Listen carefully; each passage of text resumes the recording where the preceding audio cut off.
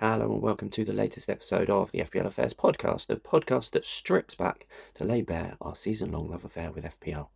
In the second of our Gameweek 1 unwrapped reviews, FPL Affairs Weasel and myself used the live FPL website to analyse the opening team selections and decisions that our fellow admin members have made. We may include some constructive criticism. Anyway, before we get started, don't forget to like the video, subscribe to our channel for all of our content, and ring that bell for notifications each time we release something new. Anyway, enough of my small talk. Let's get cracking. And there's Mo Salah.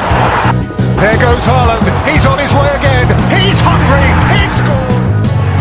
Ice cold precision from Palmer. Kayo Saka. That is a diamond of a goal. Well, what we'll do, we'll have a quick look from these admin awards. Right, so if any of you viewers do not know live FPL, are not familiar with it, it basically gives, in theory, real-time updates of your ranks and positions and score whilst the games are going on. So you can check out the games by clicking games along the top. And it's got all the fixtures and how they went, who got the goals, assists, bonus, all that sort of thing. Planner, you can plan future game weeks. Prices shows any price changes that are expected, which at the moment, tonight, they're predicting that Reinders, Semenyo and Ekitike will all increase by 0.1. So they will go, Reinders will move to 5.6, Semenyo 7.1 and Ekitike 8.6 million. And then it's predicting that Wood and Haaland will be two of those that go up tomorrow, along with Kudus, possibly Richarlison, but I'm not convinced that will him more in a few days' time. So that's that part. You can view what leagues you're in as they are going on, which is what we're going to look at now. Yeah, it's a brilliant Get the leagues website. up. So Yep. if you're not aware of it, definitely give it a try. Yeah, so I've got up the FPL Affairs Admin League. Curse these pop-ups. So it's got down, Bossman Lewis Greening has done the best this week with 70 points. Mohamed second with 69. But actually, before we go through one, let's have a look at what Lewis's team is and how he got on. So he actually went with triple Nottingham Forest. So when Brentford got that penalty, he would have very much been cursing because it obviously cost him clean sheets for Sells and Williams. But then he got the clean sheet for Van der Ven and Aït-Nouri and Pedro Porro also played a back four. I think that's going to be a common thing this year, back fours. With the More DEFCON people are going to be points. willing to do it. That's Saluti's bravery for going um, double Nottingham Forest and double Spurs defence. I think they've got the best two fixtures for the first 6 game weeks as well. Yeah. So, although as much as I'd love to slate him, I can't really from that. Yeah, them and Villa and Nottingham Forest bar one fixture. To be fair, what are your thoughts on? Obviously, we can't really give any major critiques, bearing in mind he got 70 points this week, but I love that he's got a good balance, to be fair. It's great that he's gone without Salah and Haaland. So I think Haaland will actually outscore Salah the first 6 game weeks.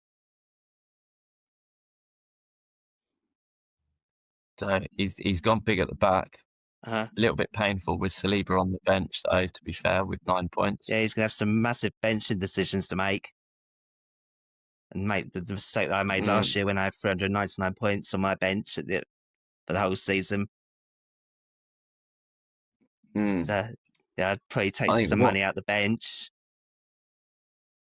But I don't know where else he can invest it. To be fair, though, looking at that is you've got Potts didn't play for West Ham after playing throughout pre-season. So Lewis, in some respect, has got one sub. True, yeah, I noticed that. In just all.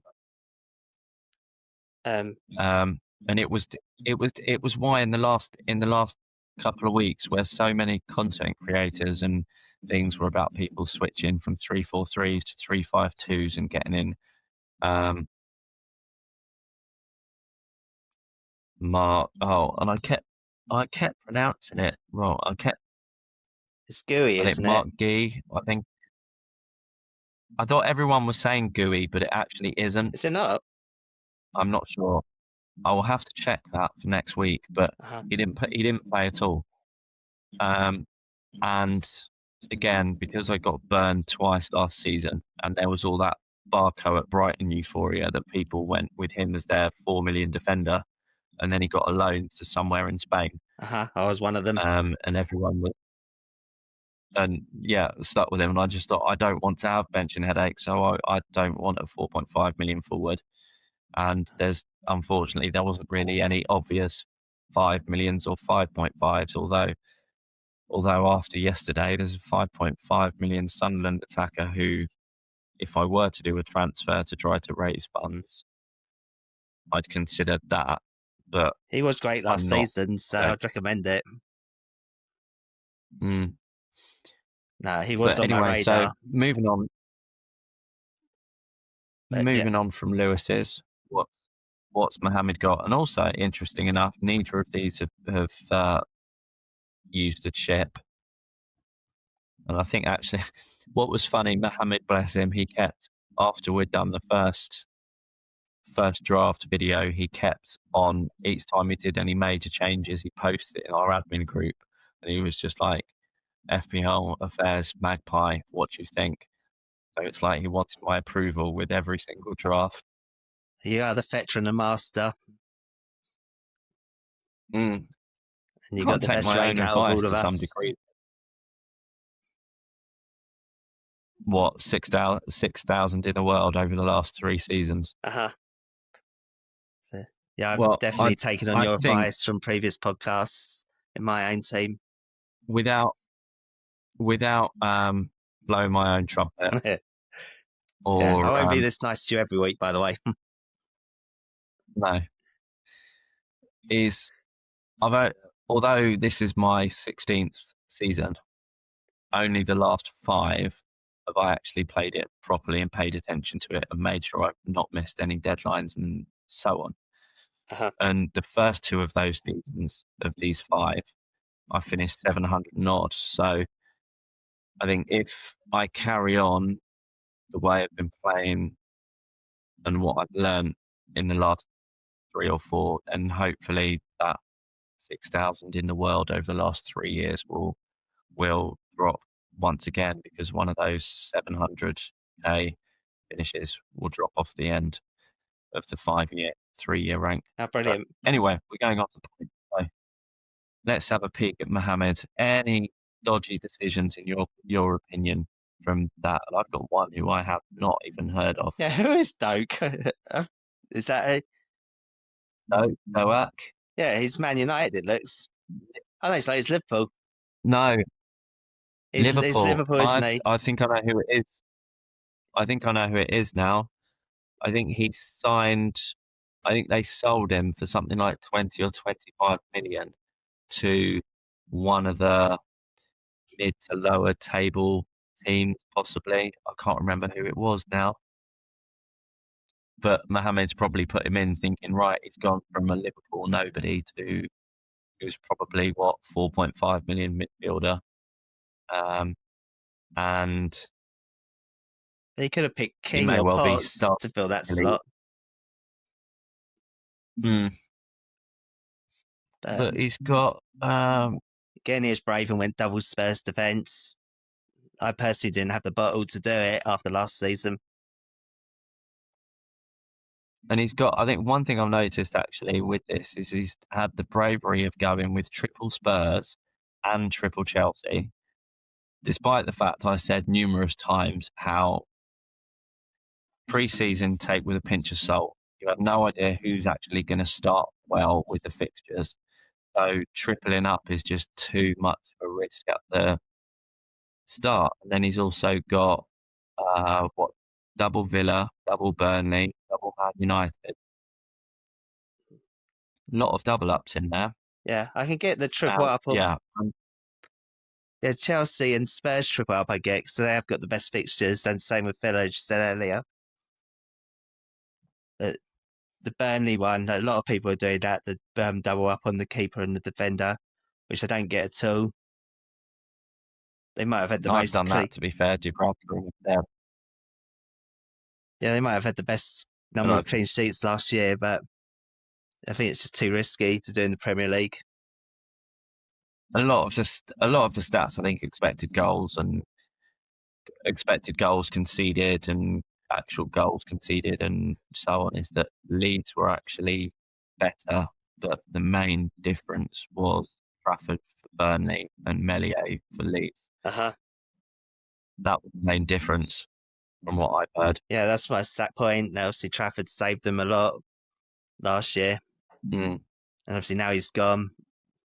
Obviously, the new keeper inside out, being a Newcastle fan. Yeah. So is he a great replacement for them? Weakest bench. What's that? Bench-ish, but yeah, he got the good Tottenham, and they're away to City next, so that'll be risky unless he's gambling that Spurs get a lot of DEFCON points for Van de Ven and Porro. But then it's fixtures being away at Man City. You forget that Spurs have got a great record against Man City. Yeah, that's true. But we shall have to wait and see. So yeah, 69 points. Then next two up, reigning admin champion Mick Shannon played his bench boost, as did differential. I'm not going to say differential king, stealing Barry's title, but our FPL Affairs Hot Dog played his bench boost and decided to captain full group. We'll come on to that in a moment. But yeah, Mick, our FPL Affairs Firefly, has got 61 bench boost with 1 to play. Who's he got left? Beto. Yeah, Beto was in one of my first drafts, actually. He's not guaranteed to start either, is he? Yeah, that's why I pulled him out. Start. Right, this is one thing which I don't get. Right, I do, but I don't, because it makes no difference at all. If people bench boost, so they can say, oh yes, I got a wonderful bench boost. They put their best players on the bench. Why? What's the point? It's just a misleading bench boost. Yeah. I don't get it. Yeah, it's just just a brag off thing, isn't it? I've personally never done it. I've been true. I know it gets some nerves. I got 17 points on my bench. It'd be like, yeah, but that was 17 points. That was that amount of points left less from your actual starting 11. Who's he from put this squad? Bench? Who would you have benched? Who would you have benched if this was your squad? I'd have benched Beto, Sarr, and probably one of the Forest. I wouldn't go double up on Forest defenders. What was ironic was all through pre-season, Aina was all the talk about the Forest defenders. Aina was a big sort of like, he was dire for DEFCON.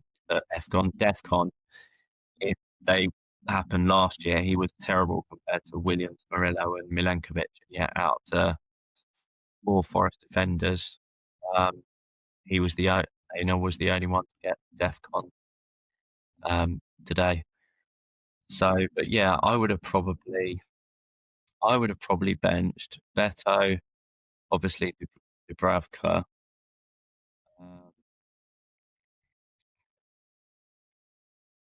I would have actually probably benched Dana. It's the first draft Over I've the year. seen him in, actually. No, he's definitely the least popular Forest defender. Yeah, which would have been 2-6. And who knows about Beto. But I don't know if he always planned to bench boost. That's the way he's done it. But we shall see. Right, let's move on. I've been intrigued and a half to see FPL Affairs Hot Dogs bench boost squad. I've not actually seen his team yet. And how differential it is. You So say he's his bench got. boost? I just realised the actual top three. I didn't read out the teams for anyone listening. So anyway, fourth in the league at the moment, FPL Affairs Hot Dog has played his bench boost, Captain Fulkrug, and he's got Verbruggen in goal with Pickford as second goalkeeper. 10 million on goalkeepers. Oh my word. I've done that before, so I can't Serious. comment. 10 million on goalkeepers, blimey. Then double up in defence of Porro and Van der Ven. Spurs defence, Frimpong, with the delightful, and we'll come on to this into the lessons learned, the 59-minute substitution, which some people are saying, yes, but it's a 60, but it's that awkward thing about technically before 60 minutes had been completed, he was off the field. It was the 60th minute. The duration of that 60th minute was off, but some places they round up. FPL Affairs, they don't, so he got single point and didn't get the clean sheet points. I think he was 30 seconds away from it. Yeah, if that, actually. Jorginho of Brighton, 6 points for him. I think the main things really that stand out of this 15 is triple Brighton, triple Liverpool.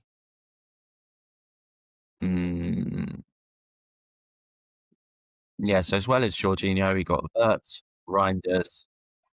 Oh my word, he went with Salah. I know, he went against his went word. with Salah then.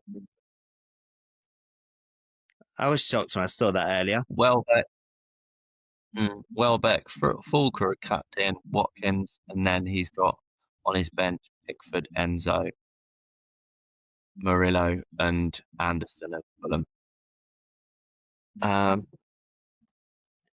I don't get the Anderson pick. Obviously, you picked him, didn't you? It's DEFCON, and Fulham rotate quite nicely with I can't remember which it is, possibly the Spurs or Crystal Palace. I think Crystal Palace. Yeah, it is Palace. They rotate quite nicely. So to help save budget with mine, I didn't go 6 million defender, and I more went for and I used a website, FPL rotational planner, where you can enter however many of your defenders you want, which clubs, and it will come up with which combos to use in which fixtures. Yeah, I need to check that one out. So that's my son. Yeah, I'll put the link in the description for anyone else. Then me, I was in fifth with 54. We've seen my team, so we'll go past that. Any comments on my team as it goes from you? As I said, Anderson's the only one that I was not too sure about. And I think you've got a great balanced squad. As I said, yeah, I'm thinking about getting Strandlars and myself. Fulkrug obviously was doing brilliantly pre-season, and you never expected Sunderland to win 3-0 yesterday. And yes, as I said earlier, the double up on the Burnley keeper and defender, I don't get.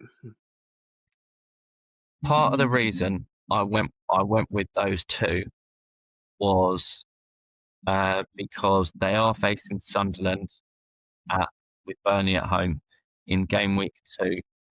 And I thought, right, well, if I go with them with the view of depending on how game week 1 goes, if Fulham, say, had a narrow defeat to Spurs, like say it was 1-0, and West Ham had trounced Sunderland, then it would have been I'd consider a bench boost for game week 2, because Burnley were at home with Sunderland. But as Burnley lost 3, Sunderland won 3-0, I'm not considering that now.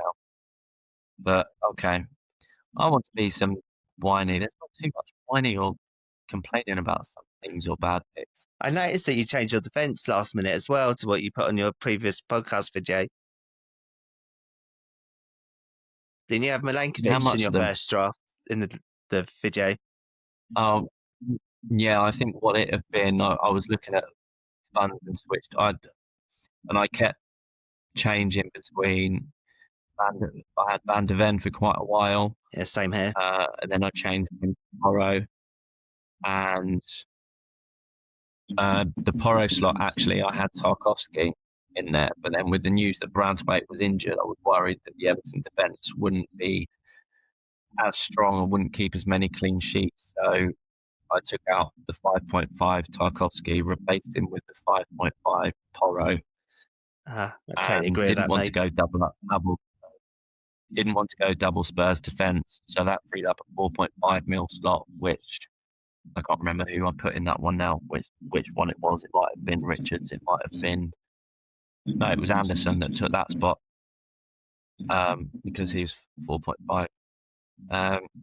Looking at FPL Affairs, Peacock, Andrew, definitely a lead man, putting in the lead goalkeeper,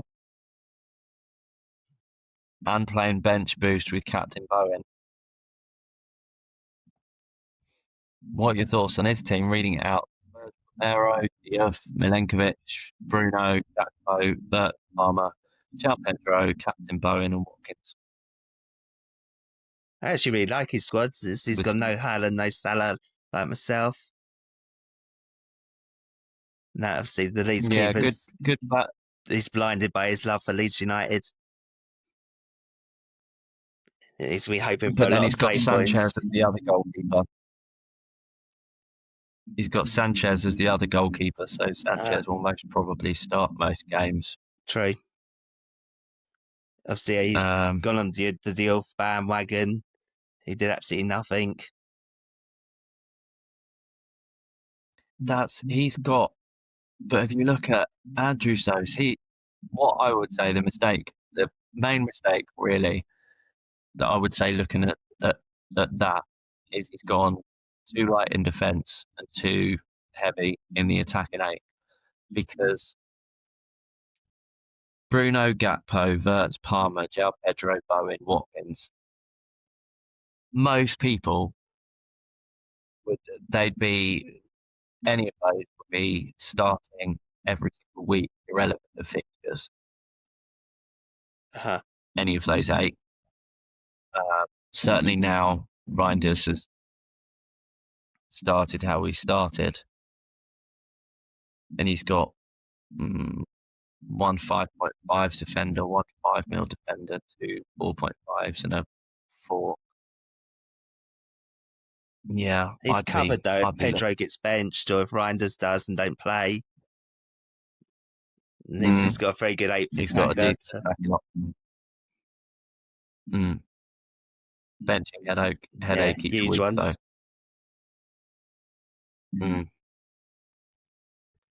though. But Right, differential king Barry with 48. Wonder how many differentials he's got in his team. Another Verbruggen, another Van der Ven. Oh, Matheus Nunes. Then defender of Man City, who only got a solitary point, so he must come off the bench. Yeah, he was meant to be Another nailed.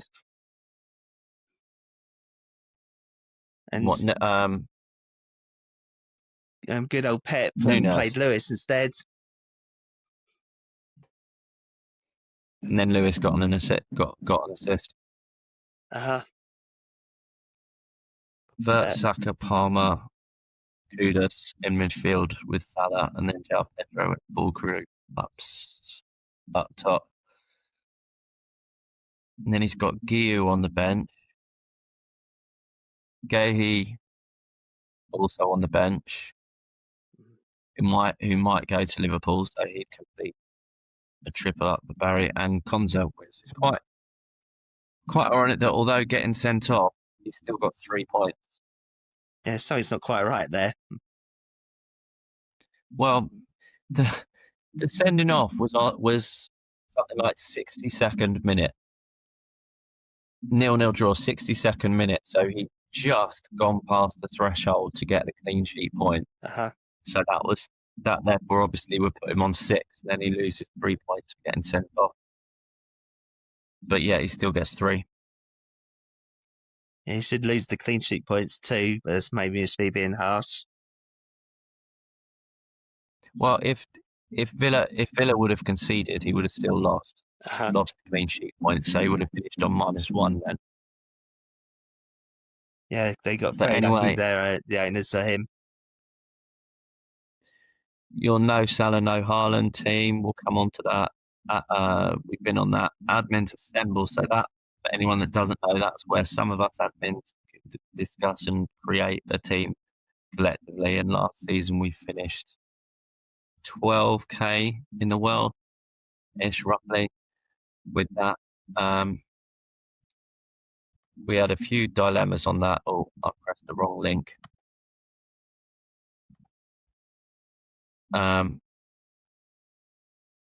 But yeah, with that, we got Santos and Rapper in goal as the goalkeepers. Virgil, Nico Williams, and defence. Palmer, Bruno, Eze. So that free kick that was disallowed today, that was painful. Butts and Potts. I wonder who picked Potts when it was their turn. He'll be back next week. They missed him massively yesterday. There was literally no one in front of their defence. No, he played every minute of pre-season, but he's given me a massive dilemma for next week. Because I was thinking about bench boosting next week, but obviously there's a big chance he might not play at all. But it looks like it is going to be. Then we had Haaland. Are we doing this? Whoever's player it is does choose the transfer. Presumably, yeah. We will have to think, or whether we roll or not. So that will be an interesting discussion for the week, for sure. Who on earth picked Bowen as captain? Because I don't remember that being a poll or anything. I think it got auto set, and then no one disputed it when it was saying, right, what's everyone's thoughts on captain? No one was like, no, we've got to put it on Haaland. But it's true to the spirit of the team. There's meant to be differential. Yeah. It so should have been. Kieran went with. Yeah, Kieran, Mr. FPL Affairs Hippo, went with Sels and Dubravka as the 2 keepers. His starting defenders with Kukurea, Diouf, and Van Ven. 9 points for Kukurea, 6 points for Van Ven. It's a good, reasonable start there. Didn't captain Salah. Bruno and Wirtz both blanking. His Kieran's prediction that Marlon would come good really didn't work because he was benched. And then his Watkins, João Pedro, and his Owen captaincy. And then on the bench he had Reinders and Richards. So that would have brought him an extra 60 points if he played those over, say, Diouf and Marlon. I didn't realise he benched Reinders. What I would have done. Kieran, what on earth was you thinking, mate? But I was cursed, is what he'll say. But yeah, Malin should have played Or again. at least... No, he played all pre-season. I don't know why he didn't start. I was presumed to make the captain play. John McGinn. It's his physical presence, though, isn't it? And then rounding up the bottom, egg fried rice, Jack Asprey. Still got one play left. I'm intrigued with who he's got left. He's got NDI left with Everton. So that's got potential, but he's got 38. So we've got a few points to catch up. Yeah, a lot of people had NDI to start off with. A lot of people have gone without him now. Another Brugman, another Williams, another Frimpong, another Van der Ven, Kudus, Palmer, Salah, NDI, another Welbeck, another Bowen captain. I think all the Bowen captaincies were at the bottom of our league, to be honest. The Apple League. The one that It's looking that way. Was in the bottom half. Watkins, and then on the bench you had Petrovic, Ronaldo, Arias of Wolves, and Dorgu of Manchester United. Yeah, Arias did start the day. He was on the bench. So I don't get why people picked Welbeck. I did. Welbeck was in my first, and then there was. Only flagged as injured. Yeah, and then it was very much about content creators and various other people. Strand Larsen started getting more traction as the popular 6.5 one, so I switched to him. But Dave, what mistakes did you make other than that? Kelleher in goal, seriously.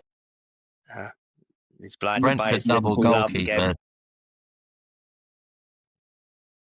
That's going budget and a half. Mm-hmm. They do say don't spend money. He may have the last laugh. They do say spend as little as possible on your keepers. But it's not looking good for Brentford. He's going to have to hope for a hell of a lot of save points. But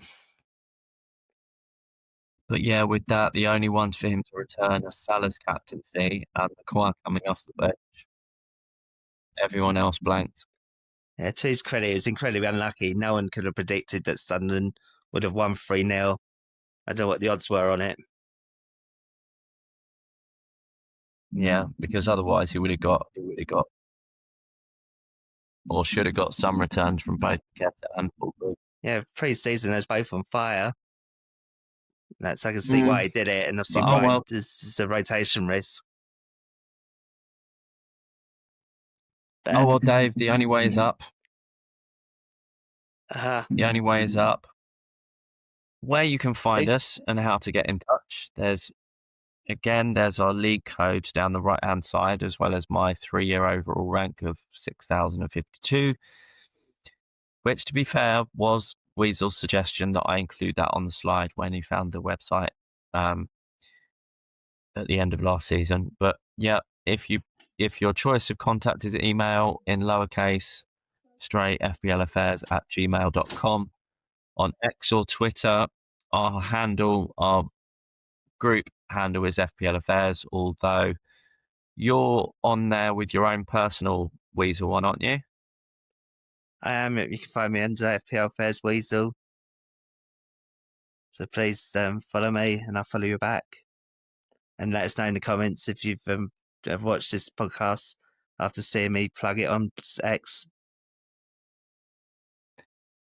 And we've got where the podcast was actually founded from was a suggestion from at the start of last season, was our Facebook group, which at the time was the link for it, facebook.com/groups/lowercase fantasy Premier League FPL1.